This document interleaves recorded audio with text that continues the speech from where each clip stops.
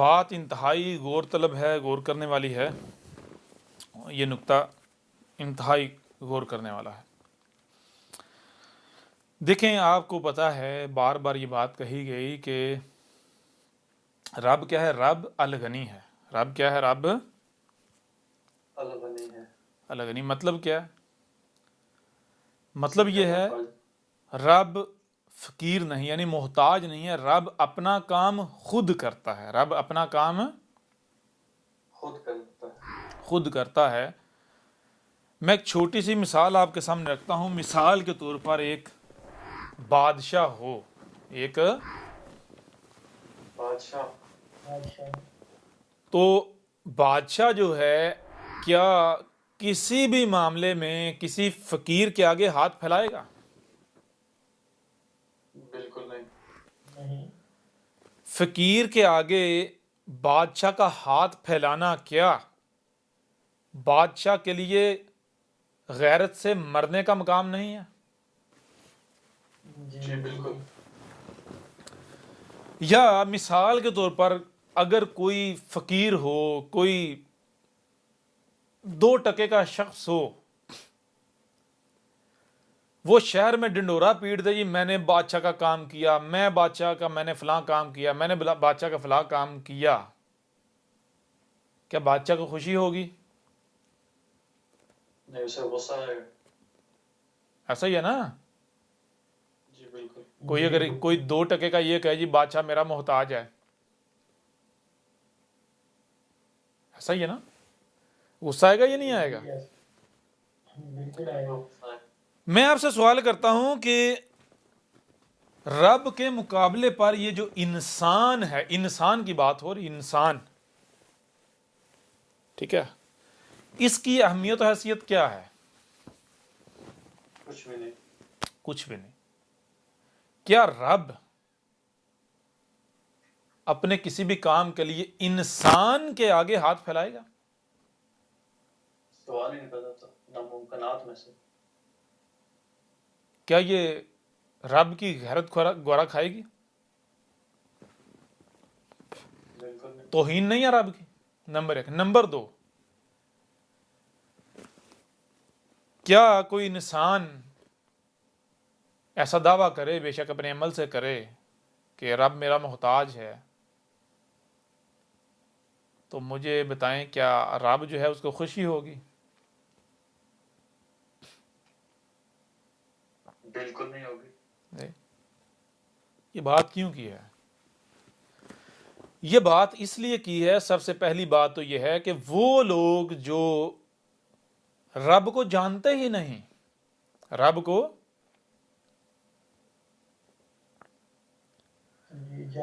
जानते ही नहीं, और वो रात दिन दावा कर रहे हैं जी हम ये रब का काम कर रहे हैं, रब का काम कर रहे हैं, रब का काम कर रहे हैं, तो वो क्या कर रहे हैं? अपने अमल से वो रब को फकीर कह रहे हैं, उसके अलगनी होने का कुफर कर रहे हैं। ठीक है, एक चीज ये। दूसरी चीज ये है कि ये तो हो गई उन लोगों की बात कि वो जाहिल हैं, उनके पास इल्म नहीं है, जाहिल हैं, उनके पास इल्म नहीं है।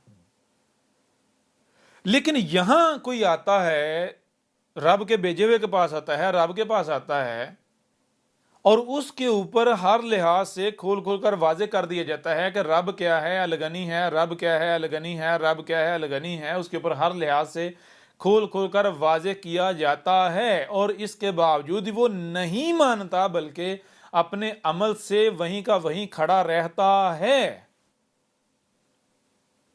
तो रब को खुशी होगी? जरा बराबर भी नहीं। रब उसे बर्दाश्त करेगा? बिल्कुल नहीं। बिल्कुल नहीं। ये बात क्यों की जा रही है? ये बात इसलिए की जा रही है कि जब भी जो भी नशिस्त में आते हैं तो तकरीबन हर कोई ये कहता है कि उस्ताद जी मेरे पास पैसे हैं, या मेरे पास ये सलाहियत है, या मेरे पास फ़लाँ है, मेरे पास ये है, वो है, मैं चाहता हूँ कि ये शय जो है, या पैसे हैं, इस मकसद के लिए इस्तेमाल हूँ, लिहाजा मुझे बताएं। मैं इस मकसद ही इस्तेमाल करना चाहता हूँ। ठीक है जी। जी बिल्कुल। तो मेरा क्या जवाब होता है? मेरा जवाब ये होता है, भाई देखो, सबसे पहली बात तो ये है कि क्या आप रब हो? आप रब का वजूद बन चुके? अगर तो आप रब का वजूद बन चुके तो फिर आपके पास जो भी है वो किसका है? रब का ही है। आप तो हो ही नहीं ना, आप तो रब हो ना, तो वो किसका है फिर? बताएं ना। रब का। रब का। लेकिन मैं आपसे सवाल करता हूं कि अगर आप रब नहीं बने, आप रब जी नहीं बने। नहीं बने, फिर भी अगर आप ये कहते हो कि उस्ताद जी ये शय या ये माल या ये मैं या मुझसे फलां काम ले लें या मैं ये कर सकता हूं, तो क्या आपको लगता है कि आपसे आपका माल या कोई शय या कुछ भी कबूल किया जाएगा? लगता है आपको? नहीं किया जाएगा। नहीं किया जाएगा। यानी कि आपको लगता है कि रब फकीर है? क्या रब तौहीन नहीं समझेगा? जी अपनी। जी बिल्कुल। तो आपको क्या करना है? आपको पहले अपने आप को रब साबित करना है। क्या साबित करना है? रब साबित करना है। रब। जिस दिन आपने अपने आप को रब साबित कर लिया उस दिन आपको ये पूछने की जरूरत ही पेश नहीं आएगी कि उस्ताद जी मेरे पास ये है या मेरे पास वो है, क्या करना क्या नहीं करना। क्यों? क्योंकि क्या रब को खुद नहीं इल्म कि मेरे पास जो है उसका मकसद क्या है? जी जी बिल्कुल। बात समझ आ रही है? भी नहीं आ रही? जी बिल्कुल।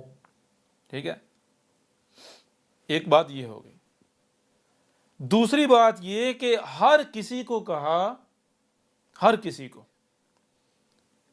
खास करके जिन्होंने भी पैसों का कहा कि उस्ताद जी ये पैसे जो हैं मैं चाहता हूं या मैं चाहती हूं या हम चाहते हैं कि हमारे इस मकसद में इस्तेमाल हों,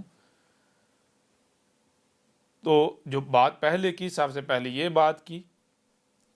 नंबर दो, दूसरे नंबर पर जो बात की वो ये की, कहा कि पैसों के हवाले से आप बिल्कुल भूल जाएं। ठीक है, पैसों के हवाले से आप बिल्कुल भूल जाएं कि आपसे पैसे लिए जाएंगे। बात समझ आ रही है भी नहीं आ रही? जी बिल्कुल आ रही। आपसे पैसे नहीं लिए जाएंगे। क्यों नहीं लिए जाएंगे? क्योंकि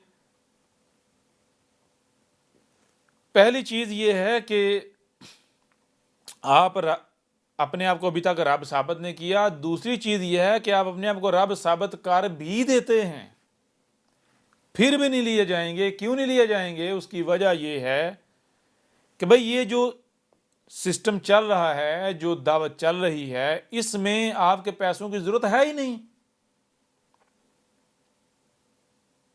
बात समझ आ रही है भी नहीं आ रही? जी बिल्कुल आ रही।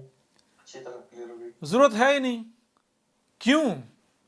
इसमें यानी कि क्या चाहिए? मैंने कहा जो चाहिए वो ऑलरेडी मेरे पास मौजूद है।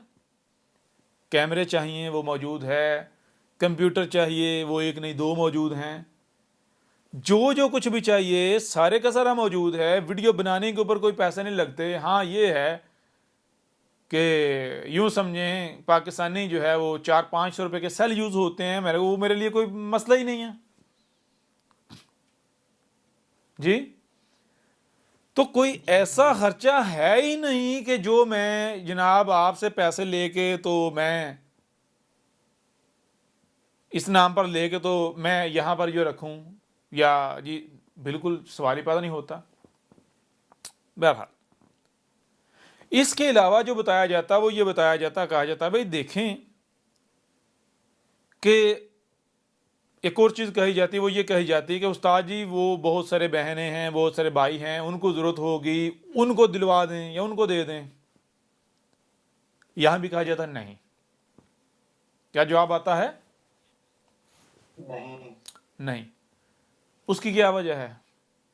उसकी वजह यह है कि क्या मुझे नहीं पता कि भाई ऐसे बहने भाई हैं, ऐसे लोग हैं, ऐसे अफराद हैं? मुझे नहीं पता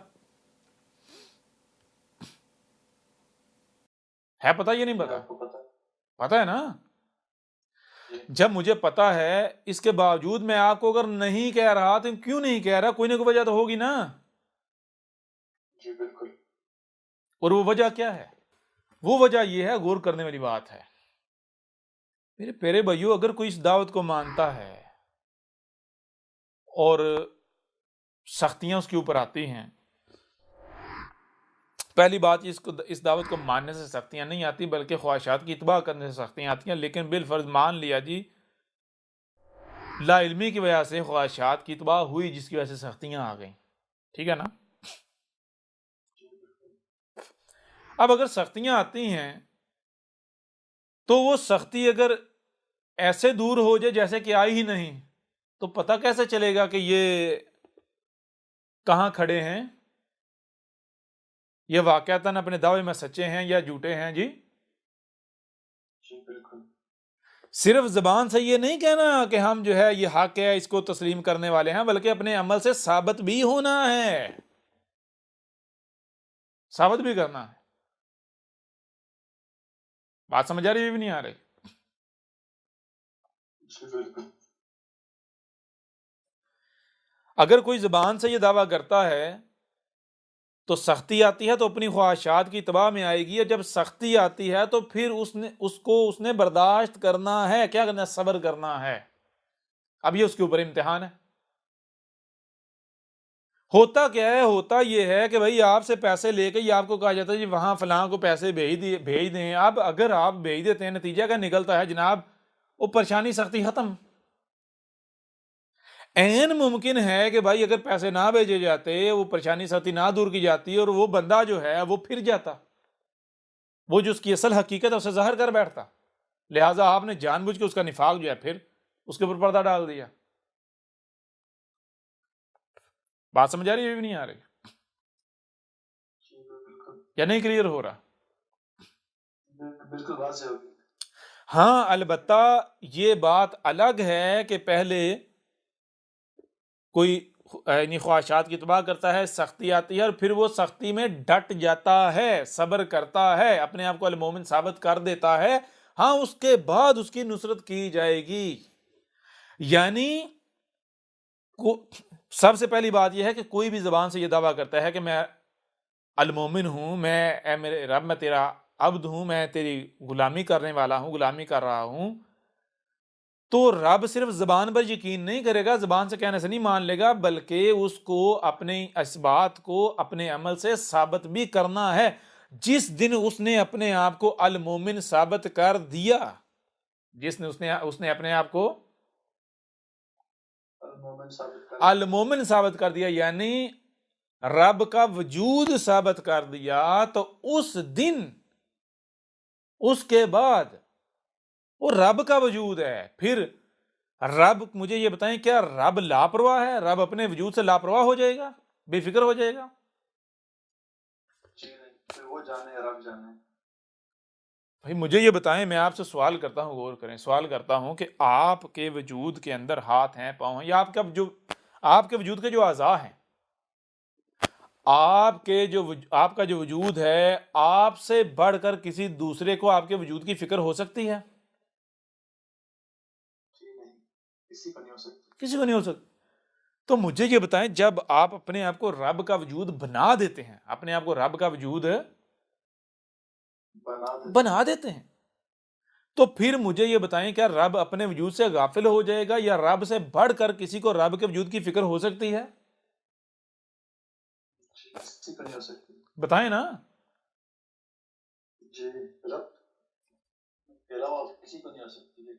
नहीं हो सकती।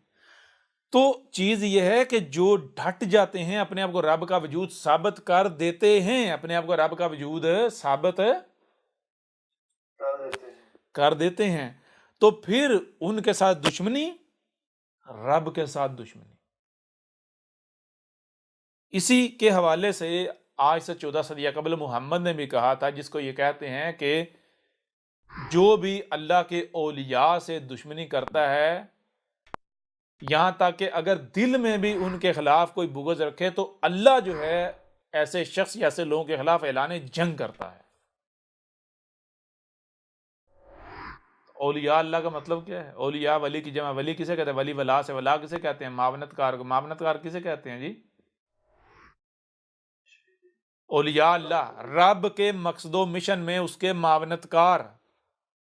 तो क्या रब के मकसदो मिशन में गैरुल्लाह मावनतकार हो सकता है? कोई शरीक मुशरिक या कोई मुनाफिक, कोई शरीक, रब अपने शरीक से मावनत लेगा अपने काम में? काम जी नहीं, रब खुद ही होगा। रब बशरी सूरत में रब खुद होता है, यानी जो खालिस रब के इबाद होते हैं, औलिया अल्लाह, रब के मकसदो मिशन में उसकी मावनत करने वाले, वो कौन होते हैं? वो रब का अपना वजूद होता है। इसी को एक दूसरे पहलू से ऐसे 14 सदी कबल मोहम्मद ने बताया था, जो मैं अभी मुख्तलिफ पहलू अभी यानी बता रहा हूँ, पीछे बताया गया। मोहम्मद ने कहा कि जब एक शख्स कहता है कि मैं मोमिन हूं, ऐ मेरे रब, मैं तेरा अब्द हूं, और फिर अगर वो अपने इस दावे के ऊपर डट जाए, क्या करे? डट जाए, तो अल्लाह क्या करता है? अल्लाह उसे अपना वजूद बना लेता है। उसकी आंखें अल्लाह की आंखें, उसकी आंखें जो देखती हैं वो अल्लाह की आंखें, अल्लाह उन आंखों से देख रहा होता है। उसके जो हाथ होते हैं अल्लाह के हाथ बन जाते हैं, उसके हाथ जो करते हैं क्या करते हैं? अल्लाह के हाथ होते हैं, अल्लाह उन हाथों से कर रहा होता है। उसकी टांगें अल्लाह की टांगें, अल्लाह उन टांगों से चल रहा होता है। समझ आ रही है नहीं आ रही? ओ भाई, औलिया अल्लाह से, औलिया अल्लाह ये नहीं ये इन लोगों ने बनाए हुए हैं। औलिया कौन है? औलिया अल्लाह कह रहे अल्लाह वलीउल्लाज़ीना आमनू। जी जी और मकामात पर ये वाज़ेह किया कि औलिया अल्लाह कौन है? जो अल मोमिनीन है। अल मोमिनीन, अल मोमिन की जमा, अल मोमिन कौन है? ऐसा शख्स जो जिसने रब का रंग इख्तियार किया हुआ है, जो रब का वजूद है। समझा नहीं आ रही? तो मेरे प्यारे भाइयों, जब कोई जबान से दावा करता है मेरे रब, तू मेरा रब है, मैं तेरा अब्द हूं, और फिर उसके ऊपर डट जाता है, अपने आप को रब का वजूद साबित कर देता है, अल मोमिन साबित कर देता है, तो फिर उसके साथ दुश्मनी, रब के साथ दुश्मनी, फिर उसकी हिफाजत की जिम्मेदारी रब की जिम्मेदारी। ठीक है जी? वो रब का वजूद है, फिर क्या रब अपने वजूद से लापरवाह हो जाएगा, बेफिक्र हो जाएगा, बेपरवाह हो जाएगा? जी नहीं होगा। बताएं ना। लिहाजा जिस दिन आपने अपने आप को रब का वजूद साबित कर दिया, उस दिन आपको ये पूछने की जरूरत ही पेश नहीं आएगी उस्ताद जी ये है क्या करना क्या नहीं करना। क्यों? क्योंकि फिर अब रब का वजूद है, रब अपने उज़्व को, अपने वजूद को क्या इस्तेमाल करना नहीं जानता? क्या रब को नहीं पता मेरे इस उज़्व को मैंने क्या सलाहियत दी हुई है, क्यों दी हुई है? जी जी बिल्कुल। जिस दिन आपने अपने आप को रब का वजूद बना दिया, तो रब को पता है ये मेरा वजूद है, रब को पता है मैंने इसको क्या दिया है। रब नहीं दिया है ना, तो रब को पता है उसने क्या दिया है, तो रब फिर जहां इस्तेमाल करना इस्तेमाल कर लेगा। ठीक है जी? जी बिल्कुल। तो जो भी मुझे ये कहते हैं, मैं आगे से ये बात बताता हूं, ये कहता हूं, और फिर क्या होता है? होता यह है, गौर कीजिए, कुछ तो ऐसे हैं कि जो सरेहम तस्लीम करते हैं, वो जो सरेंडर कर जाते हैं, मान जाते हैं। लेकिन कुछ ऐसे भी होते हैं, गौर कीजिएगा, कुछ ऐसे भी होते हैं कि जो सरेंडर नहीं करते, बल्कि मर्ज होता है उनके दिलों में, वो जिद करते हैं। वो क्या करते हैं? जिद करते हैं। जिद करते नहीं उस्ताद जी ये हम करें, हम शुक्र करेंगे, ये है वो है, जैसे कि नहीं मिन्नतें करना, तरले करना, जैसे गिड़गिड़ाना, इस तरह करते हैं। ये उस्ताद जी रब का माल है, ये है वो है।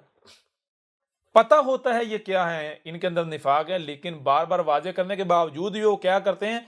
वो अपनी ख्वाहिशात की इत्वा करते हैं। क्यों ख्वाहिशात की इत्वा करते हैं? वो ये देखते हैं कि हम बज़ाहिर कुछ नहीं कर रहे, हम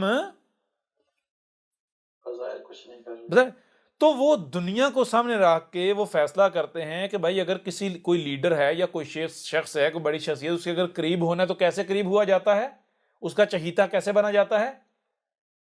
उसके काम आके, पैसे दे के, माल दे के, चंदे दे के, फंड दे के, ज्यादा फंड दे के जी। जी जी। तो वही बात, अल मोमिनीन होते उनको क्या पता इन चीजों का? वो जो खुद होते हैं वही उसी को म्यार बना के फैसला करते हैं ना, जो खुद होते हैं वही सोचेंगे ना, वही उनके अंदर आएगा ना। तो वो उनके अंदर जो मर्ज होता है, जो लालच होता है, अपने उस लालच को पूरा करना चाहते हैं, यानी कुर्बत हासिल करने के लिए, या वो जो उनके अंदर मर्ज होता है उस यानी जो लालच होता है उस लालच को पूरा करने के लिए वो जिद करते हैं। क्या करते हैं? जिद करते हैं। तो फिर क्या किया जाता है? उनको फिर समझाया जाता है। क्या समझाया जाता है उनको? ये समझाया जाता है भाई देखो, गौर करो, अहमद ईसा किसी से भी पैसे या कोई शय क्यों नहीं लेता? दो वजूहात हैं। कितनी वजूहात हैं? दो वजूहात हैं। पहली वजह यह है कि रब अलगनी है, फकीर नहीं है। दूसरी वजह क्या है? दूसरी वजह यह है कि जब तक आपने अपने आप को रब नहीं बनाया, अपने आप को रब नहीं बनाया, तो आप क्या करें? आप अगर मुझे रब का भेजा हुआ माने, रसूल माने, क्यों मान रहे हैं? वजह क्या है? आपने डॉक्यूमेंट्री देखी, आपने किताब पढ़ी है, इस वजह से आप मान रहे हैं। क्यों मान रहे हैं? क्योंकि आपके पास कुफर करने का कोई बहाना है ही नहीं। यानी आपने डॉक्यूमेंट्री देखी, किसी बात का रद्द आपके पास नहीं है, कोई आपके पास ऐसा बहाना नहीं है कि जिसको बुनियाद बनाकर आप इस दावत का कुफर कर सकें, इस दावत का कुफर कर सकें। आपने अल किताब पढ़ी, पूरा जोर आपने लगाया, आपको कहीं से इसका रद्द नहीं मिला, कहीं से इसका तोड़ नहीं मिला, आपके पास कोई ऐसा बहाना नहीं है कि आप इसका कुफर कर सकें, और आप अपनी नजरों में मोमिन भी बनते हैं। अब अगर आप अपने आप को रब का वजूद नहीं बनाते और इस दौरान अगर आपसे थोड़ा सा भी काम ले लिया जाए, पैसे ले लिए जाएं, कुछ भी कर लिया जाए, तो उसका नतीजा क्या निकलेगा जानते हैं जी? इसका नतीजा यह निकलेगा कि आपके घर में किसी का खामन दुश्मन है, किसी की बीवी दुश्मन है, किसी के वालिदैन दुश्मन है। क्यों? अहमद ईसा जो है ये है, वो है, गालियां, दुश्मनी कर रहे हैं जी, इसको छोड़ दो, ये ठीक नहीं है जी, ऐसा ही है ना। तो मैंने कहा अगर मिसाल के तौर पर मैं आपसे पैसे ले लेता हूं तो नतीजा क्या निकलेगा? नुकसान मेरा नहीं है, नुकसान आपका है। नतीजा यह निकलेगा, मैं अगर आपकी जिद करने की वजह से मैं आपसे पैसे ले लेता हूं तो इसका नतीजा यह निकलेगा कि आपकी बीवी, आपका भाई, आपके रिश्तेदार जो भी मुखालिफ हैं, जो दुश्मन है, वो ये कहेंगे कि देखा हमने तो कहा था ना, ये भी चंदे खाता है, ये भी पैसे खाता है, ये भी, इसका भी यही मकसद है, लेकिन बड़े तरीके से खाता है, बंदे को महसूस भी नहीं होने देता जी। जी बिल्कुल। तो फिर मैंने कहा उस वक्त बेशक किसी के कहने से आपके ऊपर असर ना हो, लेकिन जब आप किसी मायूसी की कैफियत में होंगे, आपको कोई अपनी तकलीफ होगी, मियाँ बीवी की लड़ाई होगी या किसी के साथ कोई झगड़ा होगा, मायूसी में होंगे, तो जब पंजाबी का मुहावरा डिगा खोती तो गुस्सा कमे हारते, यानी होगा ये कि गुस्सा किसी और का होगा तो वो निकालने के लिए क्या, अब कोई रास्ता नहीं ना जब मिलेगा, तो अब आपके अंदर ये चीज आना चाहिए, हाँ भाई वाकयातन बात तो उसकी ठीक थी, जैसे इसने बड़े तरीके से मुझसे मंगवा लिए हैं, पता नहीं कितनों से मंगवाता होगा। समझ आ रही है नहीं आ रही? जी, हालांकि जिद भी खुद ही की, पता नहीं कितनों से मंगवाता होगा। तो बताया इस वजह से मेरे प्यारे भाइयों, मेरी प्यारी बहनों, कभी भी जिस काम से रोका जाए जिद ना किया करो, ठीक है जी। क्यों? अब आपका फायदा, आपको लगता है, मैंने कहा आप खुद गौर करो कि मुझे पता होता है कि ये जो काम है इसमें आपका फायदा है, लेकिन मुझे गालियां मिलेंगी। ठीक है जी, मुझे गालियां मिलेंगी, मुझे बुरा भला कहा जाएगा, मुझे हकारत की निगाह से देखा जाएगा, हालांकि उससे फायदा आपका है या मेरा फायदा नहीं है, यानी मेरा फायदा नहीं, मेरा नुकसान है, फायदा आपका है। इसके बावजूद मैं वो करता हूं ना, खुद मैं गालियां खा लेता हूं, खुद मैं बुरा भला जो वो सब जो है वो बर्दाश्त कर लेता हूं, खुद मैं तोहमतें मलामतें इल्जामात बर्दाश्त कर लेता हूं, लेकिन आपका फायदा सोचता हूं, वो करता हूं जिसमें आपका फायदा है। बात समझा नहीं? अब अगर आप जिद करते हो, नहीं बाज आते, तो फिर क्या होगा? ये बताया कि देखो भाई, आप आए हो ना तो आप एक फोड़ा हो, आप आए हो तो आप क्या हो? एक फोड़ा हो। आपको वजूद बनाना है, रब का वजूद बनाना है, जम होना। तो एक हद है ना, आपको यानी आपकी तरबियत की जाएगी, आपको इल्म हिकमा दिया जाएगा, आपके ऊपर हक वाजे की आयत की तलावा की जाएगी। अब अगर आप नहीं इसलाह करते, आप ख्वाहिशात की तबाह के ऊपर डटे रहते हैं, तो सब्र की, बर्दाश्त की एक हद है ना। आपको अगर वेलकम किया है तो एज ए फोड़ा वेलकम नहीं किया, बल्कि फोड़ा एज ए वजूद, अपना वजूद वेलकम किया है। ठीक है, अब अगर यहां तभी आपको बर्दाश्त किया जाएगा, आप वजूद बनेंगे, नहीं वजूद बनेंगे, फोड़ा ही रहना, तो आपको एज ए फोड़ा वेलकम नहीं किया, दफा हो जाओ। बात समझा रही है? अभी भी नहीं आ रही? तो लिहाजा अब क्या होता है, होता यह है कि अगर एक बंदा जो है, वही बात, जब मुनाफिकीन को निकालना कैसे निकाला जाता है, एक बंदा जो है वो जिद करता है, उस्ताद जी मेरे पैसे हैं, पैसे ये है, ऐसे ऐसे ऐसे ऐसे मना किया जा रहा है। क्यों मना किया जा रहा है? क्योंकि वो उसके अंदर निफाक है, मर्ज है। अगर बिल फर्ज ले लिया तो दो चीजें हैं, एक तो मैं कजाब साबित हो जाता हूँ, रब का वजूद साबित नहीं होता, रब साबित नहीं होता। नंबर दो, यानी मैं फकीर साबित होता हूँ। नंबर दो ये कि उसका मर्ज बढ़ जाएगा, ये उसका फायदा नहीं है, उसके ऊपर जुल्म है। समझ आ रही है नहीं आ रही? बेशक मैं उससे पैसे लेकर इस मकसद में इस्तेमाल कर दूं तो फायदा उसका नहीं है, उसका नुकसान है। समझ आ रही है नहीं आ रही? एक तो रब जो है मोहताज साबित होता, फकीर साबित होता। नंबर दो, उसका मर्ज बढ़ जाएगा। कैसे बढ़ जाएगा? कोई भी बात करेगा तो वो हाँ भाई वाकई पता नहीं है, इस तरह कितनों से मंगवाता है। बात समझ आ रही है? भी नहीं आ रही? लिहाजा मना किया था, लेकिन एक हद होती है ना जी, होती या नहीं होती? भाई आवाज नहीं आ रही, ये सब सो गए? जी जी बिल्कुल। एक हद होती है ना। जी जी।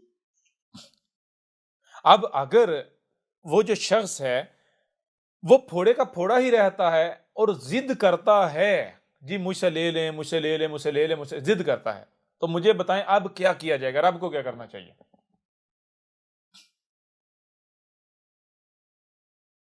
रब तो नहीं लेगा, फिर तो वो शराब का शरीक बन रहा है तो उसे निकाल देंगे। कैसे निकालेगा?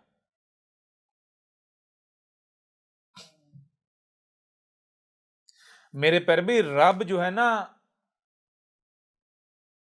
मंसूबाबंदी करता है, चाल चलता है, लेकिन रब वो अमल नहीं करता जिससे वो फकीर साबित हो जाए। ठीक है, रब अगर पैसे लेता है तो लेने का मतलब यह नहीं कि इस्तेमाल कर ले अपने काम में। समझ आ रही है नहीं आ रही? ऐसी सूरत में रब क्या करेगा? ऐसी सूरत में रब ये करेगा, गौर कीजिएगा, ऐसी सूरत में रब ये करेगा कि वो जो जिद कर रहा है, ठीक है दे अब, ठीक है जी, भेज दे। आगे क्यों मंगवाए इसलिए नहीं कि इस्तेमाल करने हैं, नहीं, मंगवाए इसलिए हैं ताकि इसका मर्ज बढ़े, इसका मर्ज बढ़े। वाज़ेह हो रहा भी नहीं हो रहा? ठीक है। अब तक क्या हुआ? अब तक ये हुआ कि काफी सारे जो हैं उनमें से, यानी जिनको जो कहा गया उन्होंने बिल्कुल माना, जो कहा उन्होंने बिल्कुल उस तरह किया, लेकिन एक शख्स, कितने फर्द? एक शख्स। एक फर्द जी, फीमेल मर्द। ठीक है। जी उन्होंने उनको समझा समझा के तो नहीं माना ना, जिद की, नहीं उस्ताद जी, नहीं उस्ताद जी, करें ये वो ऐसे वैसे, मैं आपको एहसान मानूंगी, ये है वो है। तो सबसे पहले मैंने अपनी अहलिया को बताया। मैंने बताया कि ये बहुत बड़ी मुनाफिक है, इसके अंदर मर्ज है और अब इसको निकालने का वक्त आ गया। तो मेरी अहलिया ने कहा था, आप कह रहे हैं तो मानना मजबूरी है, वरना इसके बारे में अगर कोई ये कहे कि मुनाफिक है, यानी कि मेरा कोई सगा हो, मैं उससे अल्लाह ताला की इख्तियार कर लूं। समझ आ रही है? जी बिल्कुल। यानी कि नशिश के अंदर भी कुछ ऐसे भाई हैं, जब उनको बताया कि भाई इसकी तरफ से अब ये होना है, तो उन्होंने भी कहा, उन्होंने कहा उस्ताद जी ये हमारे तो होश उड़ गए होंगे, अब आप कह रहे हैं तो मानना पड़ेगा, लेकिन उस्ताद जी लगता नहीं है ऐसा कि इसकी तरफ से ऐसा हो, तस्वर भी नहीं किया जा सकता। यानी यूं समझें कि जिसको हर कोई सबसे बड़ा मोमिन समझ रहा था, ठीक है जी, सबसे बड़ा मुखलिस, उसके बारे में आप बात करें कि भाई ये ऐसा करने जा रहा है, इसके साथ ये होने जा रहा है, ये करने जा रहा है, आप मानेंगे? तो मैंने अहलिया को बताया कि इस तरह जिद कर रही। तो अहलिया ने पूछा, अब आपने क्या करना है? मैंने कहा करना क्या है, मैंने कहा अब निकालने का वक्त आ गया। कैसे निकालेंगे? मैंने कहा अब मैं ऐसे निकालूंगा कि इससे जो इस जिद कर रही है, मेरे पास ऑडियो रिकॉर्डिंग मौजूद हैं इसकी अपनी आवाज में, मेरे पास इनबॉक्स में मैसेजेस मौजूद हैं, स्काइप पर जो है, और भी इनबॉक्स में, ठीक है जी, सारा जो जिद की गई भेजने के लिए। तो क्या करेंगे? मैंने कहा पैसे मंगवाऊंगा। आप पैसे मंगवा लेंगे? मैंने कहा हाँ मंगवाऊंगा। तो आपको तो नहीं मंगवाने चाहिए। मैंने कहा क्यों नहीं मंगवाने चाहिए? नहीं तो आप जो है क्यों मंगवाएंगे पैसे? मैंने कहा मंगवाने का मतलब ये नहीं कि मैं इस्तेमाल करूंगा। जी, मंगवाने का ये मतलब थोड़ा ही है। तो फिर क्या क्या करेंगे, क्या होगा? मैंने कहा करेंगे और होगा ये कि अब मैं इसे इजाज़त दे दूंगा, ठीक है भेज दो। अब पैसे जब आएंगे तो इसका नतीजा क्या निकलेगा? नतीजा निकलेगा हफ्ता, 2 हफ्ता, जब 3 हफ्ते गुजरेंगे तो उसके बाद जाके जब इसकी सास या इसका खामंद, जब कोई भी कहीं से बात होगी ना, मेरे खिलाफ वो बात करेंगे, यानी आपस में मियाँ बीवी का झगड़ा होता है या सास बहू का झगड़ा होता है, तो वो कहेंगे, क्या कहेंगे? वो कहेंगे कि जब कि तू उससे पीछे चल रही, उसकी यानी दावत मारी, उस वक़्त से तेरा मामला ये हुआ है जी, हमारे जो है वो। तो नतीजा क्या निकलेगा? नतीजा ये निकलेगा कि वो घर में जब झगड़ा होगा या इस तरह का मामला होगा तो ताना दिया जाएगा। क्या ताना दिया जाएगा? कि देखा, हमने कहा था ना ये भी पैसे खाता है, ये भी इसी तरह का जी चंदे खाता है, लेकिन तरीके से खाता है। तो मैंने कहा उस वक्त बेचारी इग्नोर करेगी, लेकिन कितनी देर? मैक्सिमम मैंने कहा 2 से 3 महीने निकालेगी, उससे ज्यादा नहीं निकाल पाएगी। ठीक है जी। जी बिलाहर वो जो मर्ज है ना वो बढ़ेगा। तो मंगवा लिए पैसे, मंगवा के रख दिए। ठीक है जी, पैसे रख दिए। जब पैसे आए तो पैसे आने के 2 हफ्ते बाद, 2 हफ्ते बाद तो जो हुआ है वो, पैसे जब आए हैं, पैसे आने के फौरी बाद एक हरकत हुई, वो हरकत जो है वो बताने के लायक नहीं है। उस हरकत की वजह से जनाब वो जो ख्वाहिशात थी ना उनके ऊपर, बर्फ वाले पानी का जो है ना वो पतीला गिरा दिया गया। ठीक है, बात समझ आ रही है? अभी भी नहीं आ रही? जी जी आ रही। उस वजह से क्या हुआ, ख्वाहिशात के ऊपर वो जो ख्वाब पाले हुए थे, ख्वाब बनाए हुए थे बड़े बड़े, वो सारे के सारे ख्वाब एकदम चकनाचूर हो गए, एकदम। यानी कि आपके साथ, आप यानी तो खुद से बिल्कुल बरक्स आपके साथ सलूक हुआ, आपके साथ हुआ। तो जब ऐसा हुआ तो सारे ख्वाब चकनाचूर हो गए। तो जनाब आईडियों से ब्लॉक। ठीक है जी। सब्र किया, 2 हफ्ते, 3 हफ्ते, महीना, 2 महीने राब्ता करने की कोशिश की, और राब्ता हुआ, लेकिन किस तरह हुआ ये एक अलग कहानी है। मैंने पूछा, मैंने कहा कोई मसला है, कोई परेशानी है, शेयर करें। ठीक है। कहा जी नहीं, हाँ इतना बताया कि उस्ताद जी मेरी पुरानी कैफियत जो है दोबारा बहाल हो गई है। कौन सी कैफियत? वो कैफियत ये है कि मुझे खुद बताया, कहा उस्ताद जी कि जब मैंने आपकी दावत को सुना तो आपकी दावत को सुनने से पहले मैं रोजाना, यानी मेरा मामला ये था कि पहली बात तो ये है कि बचपन से मेरी माँ के साथ नहीं बनती, दुश्मनी है। ठीक है। दुश्मनी क्यों है? बताया कि उस्ताद जी मेरे जो वालदैन थे, वालिद का मामला तो यानी यूं कि जैसे होता ही नहीं। वालदा थी, वालदा का मामला क्या था? वालदा का मामला ये था कि वालदा जो है वो हमें कभी भी ऐसा नहीं लगा कि ये हमारी सगी वालदा है। हमारी वालदा जो हमारे भाई थे उनसे प्यार करती थी और हमसे, बहनों से शदीद नफरत करती थी, शदीद नफरत। ठीक है ना। यानी कि हमने उनके घर पैदा होकर कोई जुर्म किया तो मुझे मेरी वालदा की तरफ से, वालदैन की तरफ से बचपन से ही बहुत दुत्कारा गया। खास करके वालदा जो है ना, वो बचपन से मेरी जो है ना, मेरी वालदा के साथ दुश्मनी है। यानी कोई ये नहीं देख के कह सकता कि ये माँ बेटी, कोई तस्वर भी नहीं कर सकता, यानी इस तरह है। वजह क्या है? 2 वजूहात हैं।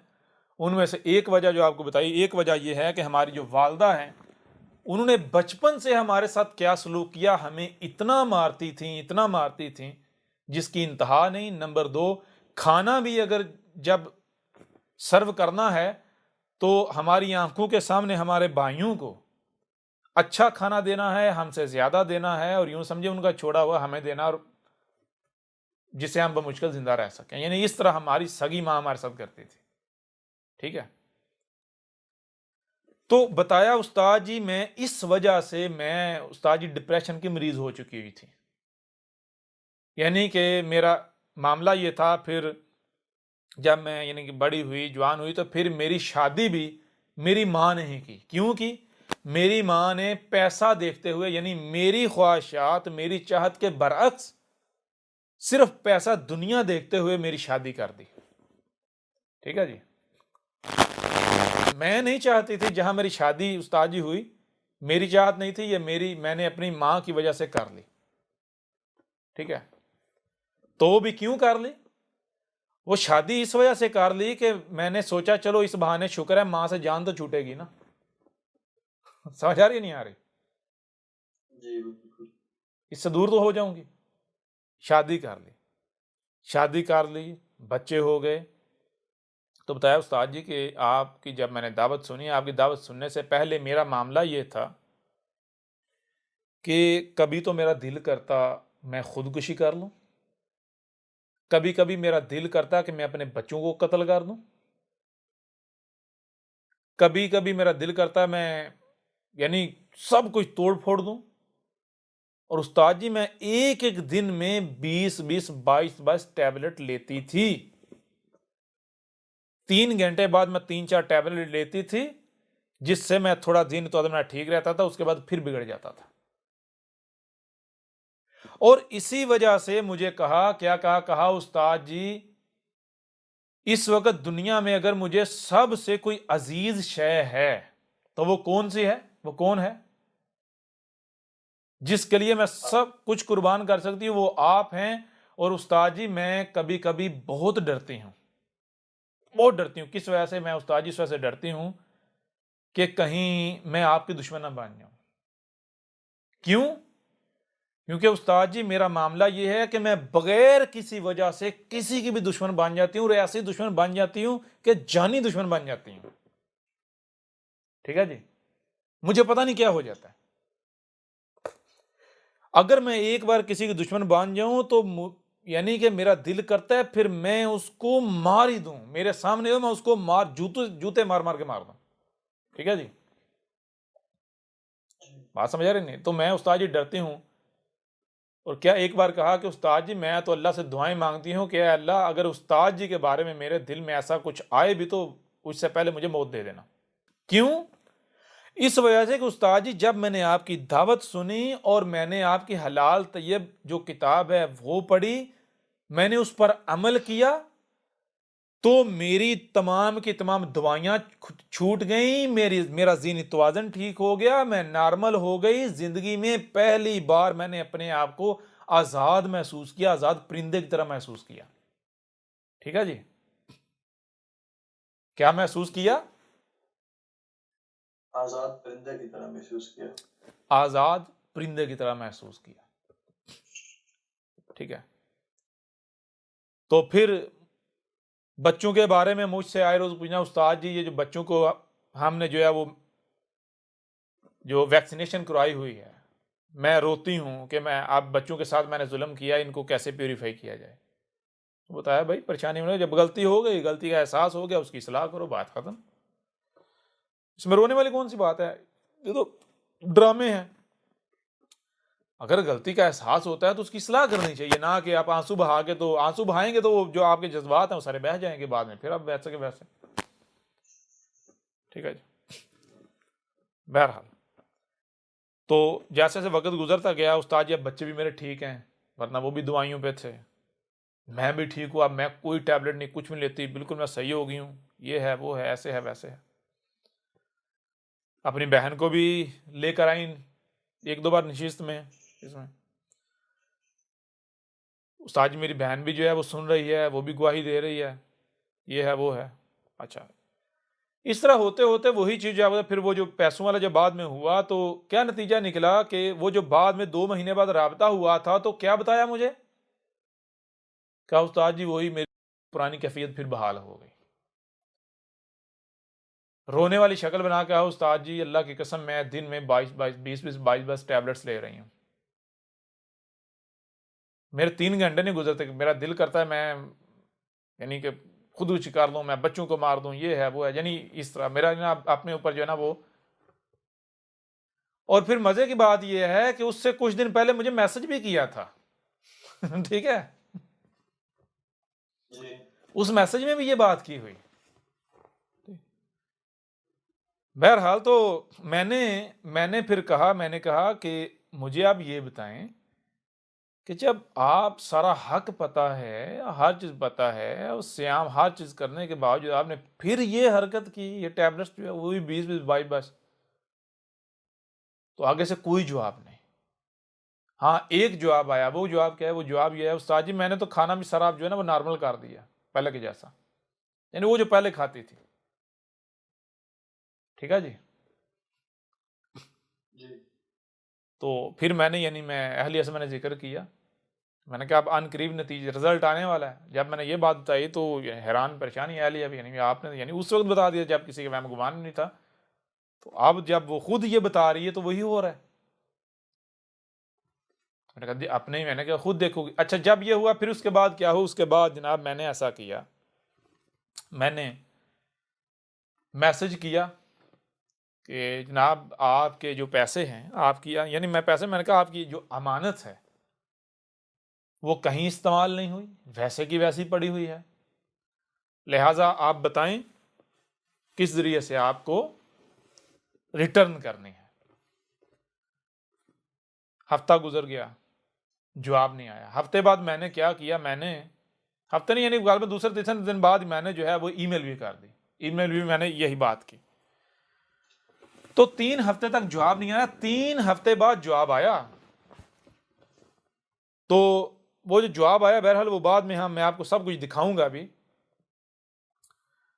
तो क्या हुआ ये कि पैसे भेजे गए, 2 किस्तों में करके भेजने थे, आधे जो है एक किस्त भेजी लेकिन वो बैंक ने होल्ड कर ली है, पैसे जो है वो पेमेंट होल्ड हो गई। ठीक है जी? जी। क्यों होल्ड हुई वो तो बाद में ये नहीं पता चलता ना क्यों हुई, पेमेंट हो गई होल्ड। अब इन्होंने सब्र किया, कितना सब्र, 1 दिन 2 दिन, तीसरे दिन फट पड़ी, झूठ क्यों बोलते हो, झूठ बोल रहे हो, सीधा को पैसे देने नहीं, बहाने बना रहे हो, ये है वो है। यानी कि वो पेमेंट होल्ड होने की वजह से नतीजा क्या निकला? नतीजा ये निकला कि इसको यकीन हो गया कि इसने पैसे नहीं देने। समझ यार नहीं आ रही? इसने ऐसे ही कहा था जानबूझ के, ये सोचा ही नहीं कि अगर भाई पैसे नहीं देने होते, ये जो कह रहा है भेजे हुए हैं बैंक ने होल्ड की हुई है, ये कह रही झूठ बोल रहा है, बैंक ने होल्ड नहीं की हुई, झूठ बोल रहा है। ठीक है ना?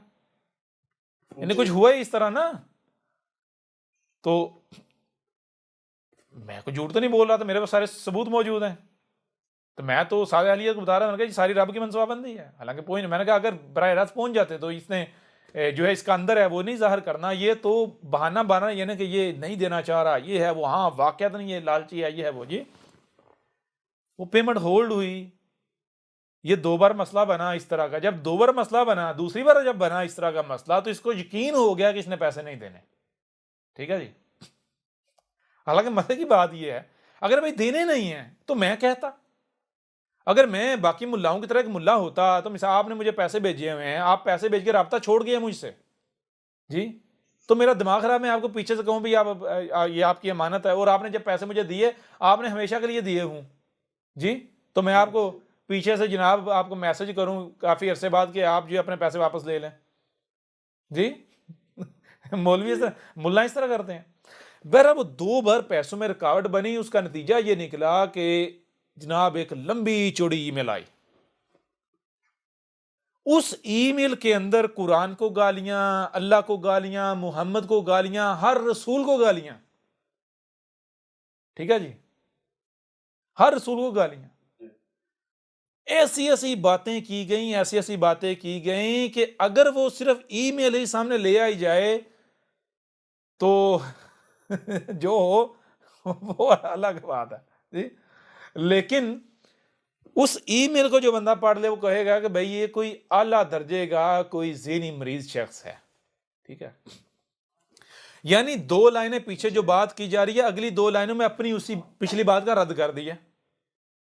पीछे 2 जमा 2 5 का है, आगे 2 जमा 2 6 कह रहे हो, अगली 2 लाइनें छोड़ के 2 जमा 2 7 कह रहे हो जी। छोटी सी मिसाल आपको देता हूं, छोटी सी मिसाल। कुरान का कहा कि ये कुरान ब्लंडर है, बकवास है, मनगढ़ंत है। मोहम्मद ने बहुत बड़ा फ्रॉडिया था मोहम्मद, ये उसने खुद से करा था। क्यों कहा? इसलिए कहा कि अगर इस कुरान को हक माना जाए तो जो भी इस कुरान को हक माने वो तेरा कुफर नहीं कर सकता, क्योंकि कुरान तेरी तस्दीक करता है। यानी देखें, अगर आपने अहमद ईसा को कुफर करना है ना, तो कुरान को आपको कुफर करना पड़ेगा। समझ आ नहीं आ रही? जी बिल्कुल। तो कुरान का कुफर क्यों किया है? कुरान का कुफर सिर्फ इस वजह से किया है क्योंकि अगर कुरान को मानूंगी तो इसको मानना पड़ेगा, इसको तो मानना नहीं।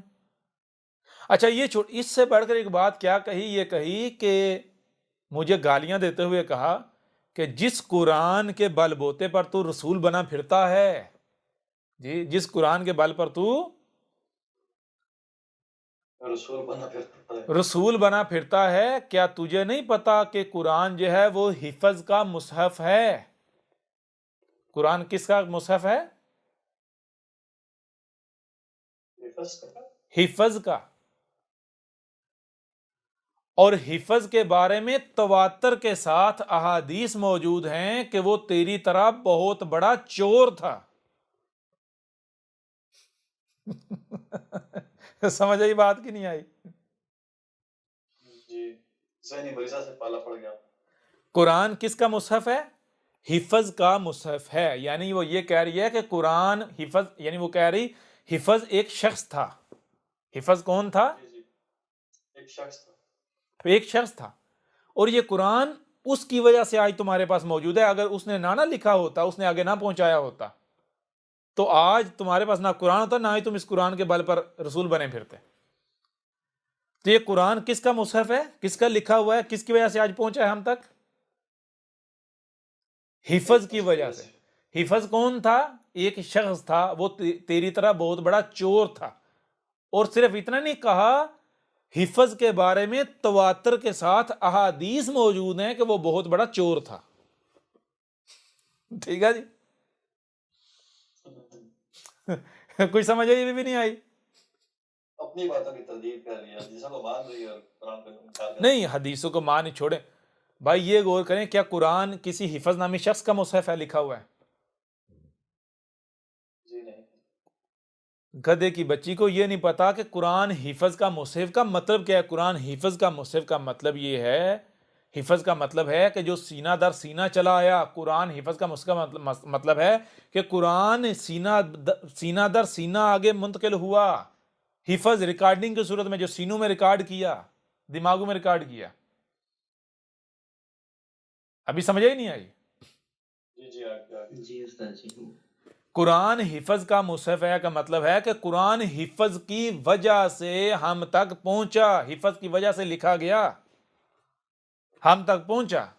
ठीक है। जी बिल्कुल। तो ये क्या कहते हैं, हिफज जो है वो तेरी तरह बहुत बड़ा चोर था। हिफज के बारे में तवातर के साथ हदीस मौजूद हैं, वो बहुत बड़ा चोर था। अभी समझ आई नहीं आई? जी आगे।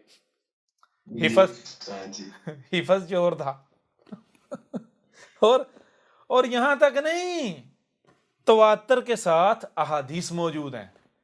अब जब ये ईमेल आई, फिर मैंने अपनी अहलिया को दिखाई, मैंने कहा देखो तो, यानी कि अब सारी बात है, अब जो आपको उस वक्त बता दिया गया जब किसी के वहम गुमान में भी नहीं था, जब बंदा या रसूलल्लाह कर रहा था, जान कुर्बान करने के दावे कर रहा था, उस वक्त तक आप कहते हैं कि ये बंदा ऐसा करेगा। और हैरान कुन दौर पर जब वो होता है तो मुझे ये बताएं कैसे फिर तासरात होंगे। तो जब अहलिया ने ईमेल पढ़ी, तो जैसे ही ईमेल आई, मजे की बात पता क्या है, जैसे ही ईमेल आई है, उस ईमेल आने के ठीक चंद घंटे के अंदर अंदर पूरी की पूरी पेमेंट या पैसे जो है वो भेज दिए। ठीक है। और किस जरिए से गए? उसी जरिए से गए जिस जरिए से मैंने कहा था कि मैं इस जरिए से भेज देता हूं, ये सबसे आसान जरिया है। कहा नहीं, इस जरिए से नहीं, दूसरे जरिए से भेजें। दूसरे जरिए से भेजे, वो हैंग हो गए, ब्लॉक हो, यानी कि वो होल्ड हो गए। समझ आई नहीं आई? तो गौर करें, ना मैं पैसे वापस करने का मैसेज करता, ईमेल करता, ना मैं पैसे भेजता, ना पैसे ना ही अपने कुफर का इजहार करती। वाज़ेह हो रहा है? अभी भी नहीं हो रहा? जी बिल्कुल। अल्लाह खैरुल माकिरीन। अभी समझ आई नहीं है कि ये यानी कि खैरुल माकिरीन क्या है? हुआ वाज़ेह या नहीं हुआ? रब की मनसूबाबंदी कैसी है जी? आवाज नहीं आ रही?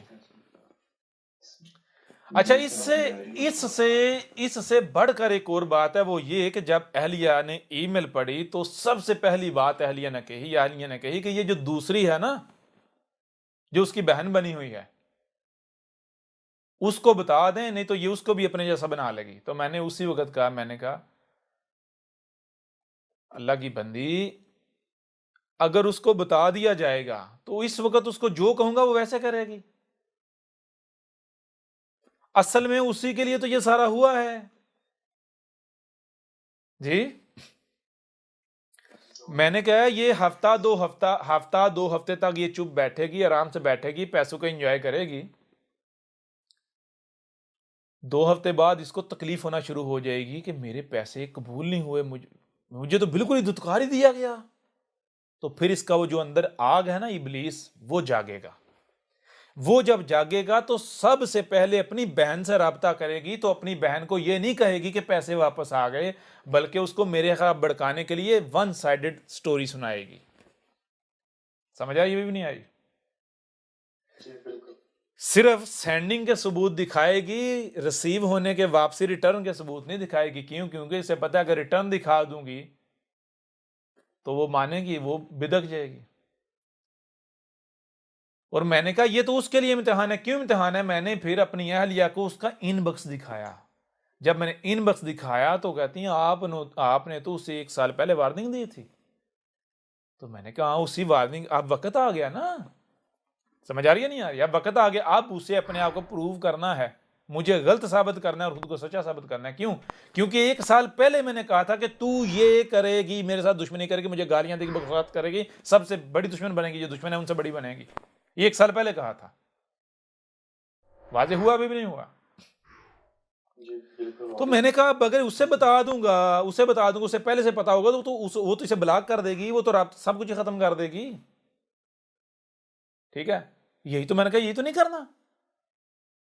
मैंने कहा ये तो किसी को बताना ही नहीं, ये तो मैंने कहा उस वक्त बताना है, ये बातें उस वक्त बात होगी जब ये कर चुकेंगी, जब सब हो जाएगा फिर बताएंगे, फिर बताना है, ताकि छांटी हो जाए उससे पहले। अगर पहले बता देंगे छांटी हो जाए, होगी छांटी।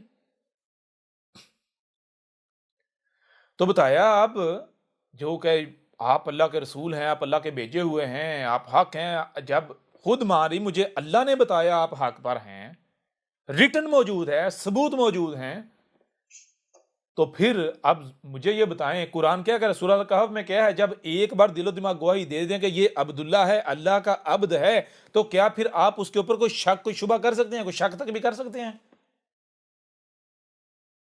बेसी शक कर सकता है फिर। ओ भाई, जब आपने एक बार गवाही दे दिया, एक बार आपके ऊपर ये वाजे हो गया, आपके दिलो दिमाग ने गवाही दे दी कि ये अब्दुल्ला है, अल्लाह का अब्द है, रब का भेजा हुआ है, तो उसके बाद अगर आपके अंदर शक तक भी पैदा होता है तो जान लें रब को इल्म है। समझ आ रही है नहीं आ रही? सूरह कहफ के जरिए जो शुरू में बात हुई, क्या बताया गया? जब एक बार आपके ऊपर वाजे हो गया, दिलो दिमाग ने गवाही दे दी कि ये रब का अब्द है, तो फिर आपने जाहिर के पीछे नहीं जाना। तो वो तो छोड़ें, जिसके बारे में आप रात दिन रसूल होने के गवाहियां दे रहे थे, और गवाहियां ये नहीं कि आपने छुपी दी हैं, आपने पब्लिकली दी हुई हैं। अहमद ईसा की नाफरमानी में अहमद ईसा रोकता था ना लोगों के कमेंट्स में जाओ, खुद जाके गवाहियां दी हुई हैं कि ये अल्लाह का रसूल है, सच्चा है। ये सारी इतनी बड़ी बड़ी गवाहियां देने के बावजूद अब कोई शख्स आकर अहमद ईसा के बारे में आपसे कोई बात करता है, तो आपको यानी कि वो शख्स सच्चा हो गया रसूल के मुकाबले पर? जी, बात समझ आ रही है नहीं आ रही? अगर एक तो चीज ये है कि वो 100% झूठ बकवासात आपको सुना रहा है, मनगढ़ंत बातें, पहली बात। दूसरी बात ये, अगर वो सच ही क्यों ना बता रहा हो, सच ही क्यों ना बता रहा हो, आपको उस वक्त तक मानना तो दूर की बात है, या वो तो छोड़ ही दें, आपको तो सब्र करना चाहिए जब तक छुपा हुआ पहलू सामने नहीं आ जाता। या कम से कम आप राब्ता करो, पूछो उस्ताद जी मेरे साथ ये बातें की गई हैं, मुझे ये कहा गया है, ये क्या ये ऐसा ही है? मैं सब्र करती हूं जब तक ये बातिन सामने नहीं आया था, या फिर मुझे बताएं, मुझे परेशानी ला के, बेचैनी ला के। ये क्या, जिसकी एक तरफ आप रसूल रसूल का दावा करें, बार बार बताया भाई आप जबान से लाख दावे करो, आपको अपने अमल से साबित करना पड़ेगा। जिसके अंदर राय बराबर भी निफाक है वो नहीं टिक पाएगा, हम हालात ही ऐसे बना देंगे। वाजे हुआ भी नहीं हुआ?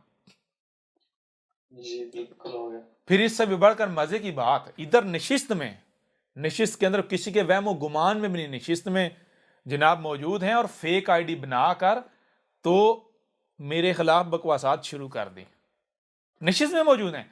नशिस्त के अंदर मैंने कहा मुझे पता है ये जिसकी आईडी है, जिसके करतूत हैं, इज्जत के साथ निकल जाओ वरना मैं ठुड्डे मार के निकालूंगा, क्योंकि अब एंड हो गया, इससे बढ़कर नहीं। तो क्या लगा, 3 दिन तक मैंने ये वार्निंग दी, 3 दिन तक मैंने कहा अभी वक्त है, निकल जाओ निकल जाओ निकल जाओ, मुझे पता है। तो क्या होगा, मैं डिले कर रहा था। क्यों कर रहा था डिले? इसलिए कर रहा था ताकि पक्का किया जाए, इसको ये लगे कि भाई ये सिर्फ तुक्के लगा रहा है, पता इसको कोई नहीं है, मैं बैठी रहती हूं उधर से बाहर, यानी कि इधर इधर की चीजें बाहर लीक करूंगी। ठीक है जी। जी 3 दिन तक मैं वार्निंग देता रहा, इससे जब यकीन हो गया ना कि बस तुक्के लगा रहा है, तीसरे दिन पे ठुड्डा मार के निकाला। जब निकाला तो फिर पता चला हाँ भाई तुक्का नहीं था, वाकयातन सारा पता था इसे। समझ आ रही नहीं आ रही?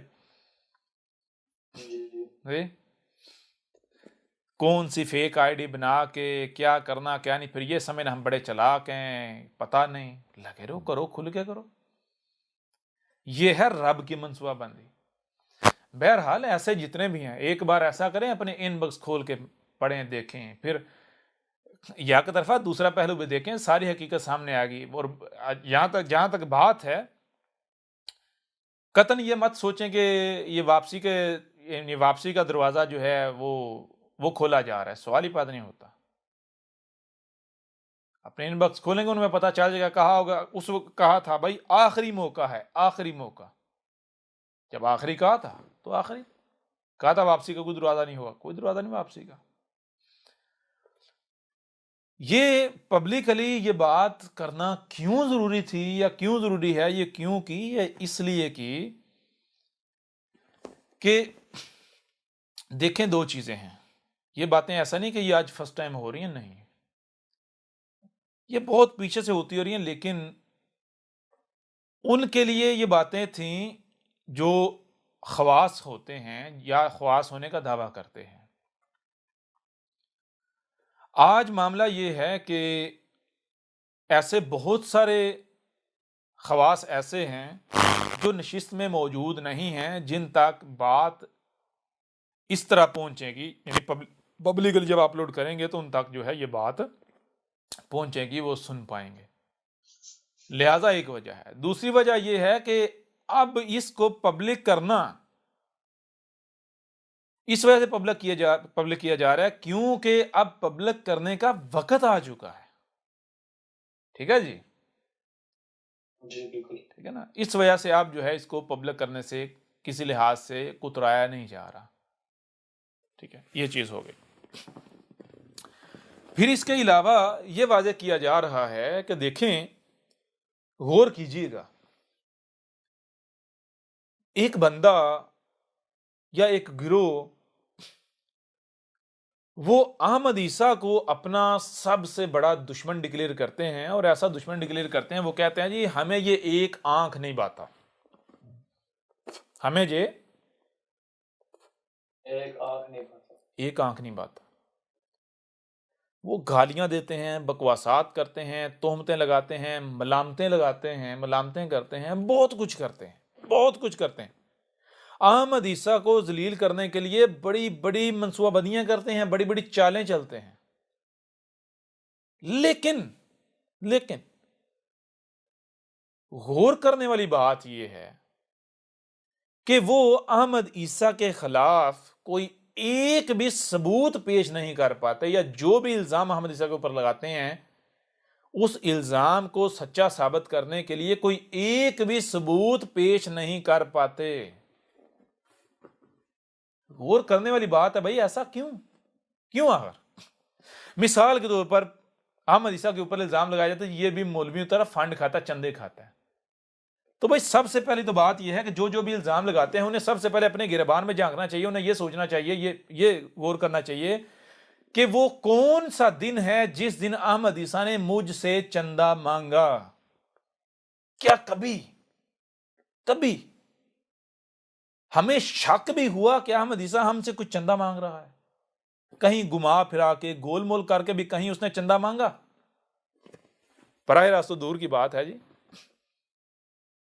मांगा कभी? जी कभी नहीं मांगा। चलो, क्या आपने चंदा दिया जी? दिया चंदा? नहीं जी। ना अहमद ईसा ने चंदा मांगा, कभी नहीं मांगा। गोल मोल करके भी, यानी एहसास भी नहीं कराया चंदे का, कि भाई महसूस भी नहीं होने दिया कि चंदा मांग रहा है। ना ही कोई अहमद ईसा ने ऐसी हरकत की जिससे किसी को यह महसूस हो या ये लगे कि भाई ये चंदा मांग रहा है। यहां तक कि जो देने के लिए रात दिन जिद करते हैं नहीं लेता, और ना ही आपने दिया। तो आप किस बुनियाद पर इल्जाम लगा रहे हो जी चंदे खाता है? चलो, इल्जाम लगाया है तो भाई कुछ सबूत ही पेश कर दो जी। हाँ, हमें पता है आपके पास जो सबूत है, वो जो सबूत आपके पास है ना, वो जिन्होंने सबूत फराहम किया उनसे जरा पूछें कि ये तूने मेरे ऊपर एहसान किया या मेरे ऊपर जुल्म किया जी। मुझे वन वे टिकट दिखाई, यानी कि डिपार्चर की तो दिखा दी, वापसी जो रिटर्न है वो नहीं दिखाई, वो मुझसे क्यों छुपाई? जी क्यों? धोखा दिया ना उसने। जरा ये भी गौर करना चाहिए कि जो बंदा आपको सबूत दिखाता है, ये देखो मैंने इसको चंदा दिया, क्या वही बंदा आपको ये नहीं कहता कि ये आगे पब्लिक नहीं करना? क्या आपको वो रोकता नहीं है किसी को दूसरे को ना बताना, आगे किसी को ना बताना इसके बारे में? सवाल ये पैदा होता है कि जो बंदा आपको सबूत दिखा रहा है वो अहमद ईसा को अपना सबसे बड़ा दुश्मन मानता है, उसे अपना सबसे बड़ा दुश्मन कहता है। जब उसके बाद पास अहमद ईसा के खिलाफ इतना बड़ा सबूत है तो वो क्यों सबूत को छुपा कर रखेगा? जी बात समझ आ रही है नहीं आ रही? उसको तो सबूत को सामने लाना चाहिए, या कम से कम जो है किसी और को या आपको सबूत को सामने लाना चाहिए। क्यों वो सबूत को सामने नहीं लाया, या आपको क्यों सामने लाने से रोका, मना किया?